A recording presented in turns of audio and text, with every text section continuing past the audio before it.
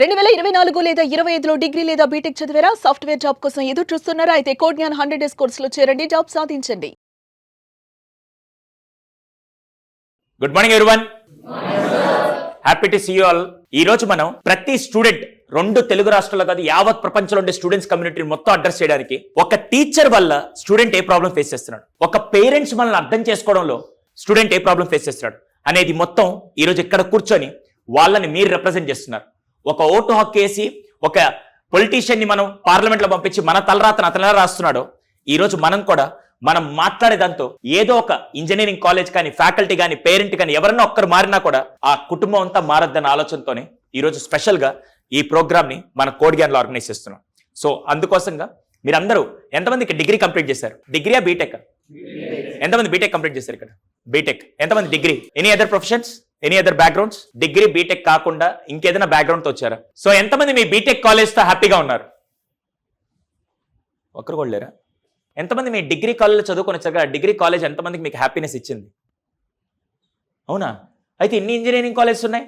ఏమేం మార్పులు వస్తే ఇంజనీరింగ్ కాలేజ్లో మీరు ఎంజాయ్ చేయగలుగుతారు? అసలే మన వాళ్ళు సినిమాలు చూసి బా కాలేజ్ ఇలా ఉంటుంది పద అని చెప్పి వెళ్ళిపోదాం అని చెప్పి నేరుగా వెళ్ళి జాయిన్ అవుతారు. తర్వాత వాళ్ళకి తెలిసి ఒక్క బొరల పడతారు. ఇప్పుడు అసలు ఒక ఇంజనీరింగ్ కాలేజ్, పైగా ఇప్పుడు అందరూ ఇంటర్మీడియట్ అయిపోయి ఇంజనీరింగ్ కాలేజ్ జాయిన్ అవుతారు కదా, అసలు ఒక ఇంజనీరింగ్ కాలేజ్ చూస్ చేసుకునే ముందు ఏ జాగ్రత్తలు తీసుకుంటే మీలాగా వాళ్ళు కష్టాలు పడరని మీ తమ్ముళ్ళకి మీ చెల్లెళ్ళకి మీరు ఏం మెసేజ్ ఇద్దాం అనుకుంటున్నారు? ఎనీవన్? సార్ యాక్చువల్లీ ఇంటర్ అయిపోయిన తర్వాత ఫస్ట్ స్టూడెంట్స్ ఎలా ఉంటారంటే సంథింగ్ హ్యాపీ డేస్ మూవీ అన్నీ చూసి బీటెక్ ఎంజాయ్ చేయాలి, ఉన్న 4 yearsని ఫ్రెండ్స్ అందరితో కలిసి ఎంజాయ్ చేయాలి. తర్వాత లాస్ట్ 4 ఇప్పుడు మన డ్రాగన్ సినిమా వచ్చింది, so last 3rd year 4th yearకి వస్తే అప్పుడు మనం స్టడీస్ మీద కాన్సన్ట్రేట్ చేద్దాం. సో ఆ టైంలో క్లియర్ చేసుకొని ఏమున్నా క్లియర్ చేసుకొని ఆ టైంలో మనం ఇంట్రెస్ట్ పెట్టి ఓకే ఆ టైంకి ఏం కావాలో స్కిల్స్ అవన్నీ నేర్చుకొని మనం జాబ్కి ట్రై చేద్దామని ఒక పాయింట్ ఆఫ్ వ్యూలో ఉంటారు. బట్ ఫస్ట్ ఆఫ్ ఆల్ ఏమవుతుందంటే ఇంటర్ అయిపోయిన వెంటనే మెయిన్స్ ఇవన్నీ కండక్ట్ చేస్తారు. మెయిన్స్లో రాకపోతే ఎంసెట్ లేకపోతే మేనేజ్మెంట్ ఇలా అంటారు. సో ఫస్ట్ ఆఫ్ ఆల్ వాళ్ళకి ఎలా ఉంటారంటే పేరెంట్స్ స్టూడెంట్స్ మధ్యలో కమ్యూనికేషన్ ఉండాలి. వాళ్ళు ఏం అవ్వాలనుకుంటున్నారు, ఏంటి డిసిజన్ వాళ్ళది, స్టూడెంట్స్ది. సో స్టూడెంట్స్ అనేది క్లియర్ ఒక క్లారిటీ మెయింటైన్ చేస్తే ఆ క్లారిటీ అనేది పేరెంట్స్ చెప్పాలి. అండ్ ఆల్సో మనకి రిలేటివ్స్ ఉంటారు. ఫస్ట్ ఆఫ్ ఆల్ ఈ కాలేజ్ బాగుంటుంది, ఈ యూనివర్సిటీ బాగుంటుంది, ఈ యూనివర్సిటీలో ఇన్ని ప్లేస్మెంట్స్ ఉంటాయి, సో మీరు దీంట్లో జాయిన్ అవుతే ఇలా ఉంటుంది అని వాళ్ళు చెప్తారు. బట్ మోస్ట్లీ అన్ని యూనివర్సిటీస్ బీటెక్ కాలేజెస్ ఎలా ఉంటుందంటే వాళ్ళు ఇచ్చేది ఓన్లీ 20 to 30% మాత్రమే. ఏదో చెప్తున్నారు కానీ బట్ అది ఎలాంటి యూజ్ ఉండదు దానివల్ల. ఇప్పుడు నార్మల్గా మనకి అకాడమిక్స్ అనేవి ఇయర్ టు ఇయర్ చేంజ్ అవుతూ ఉంటాయి.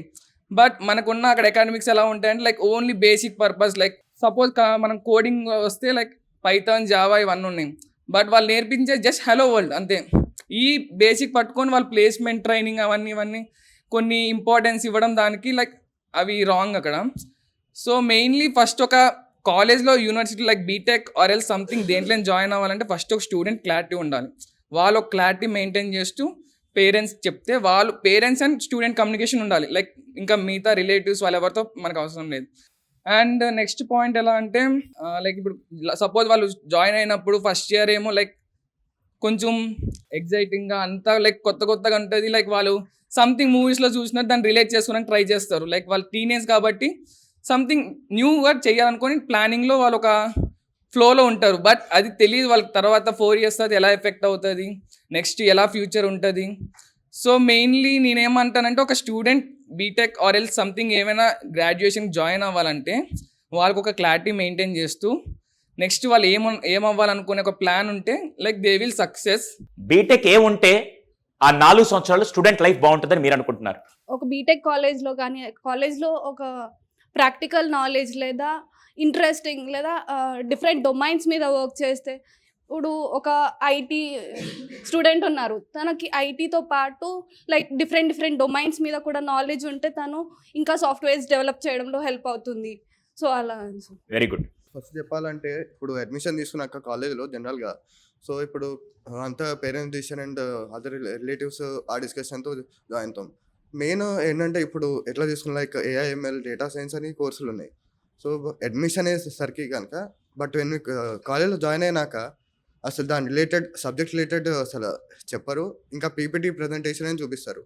దాంట్లో ఎవ్రీ ఇయర్ మారుతూ ఉంటుంది. సో మెయిన్ చాలామంది ఏం చేస్తారంటే ఇంత టైంలో చెప్పలేం, సో ఇంత కవర్ చేయలేమని టాపిక్స్ కూడా డిలీట్ చేస్తూ ఉంటారు.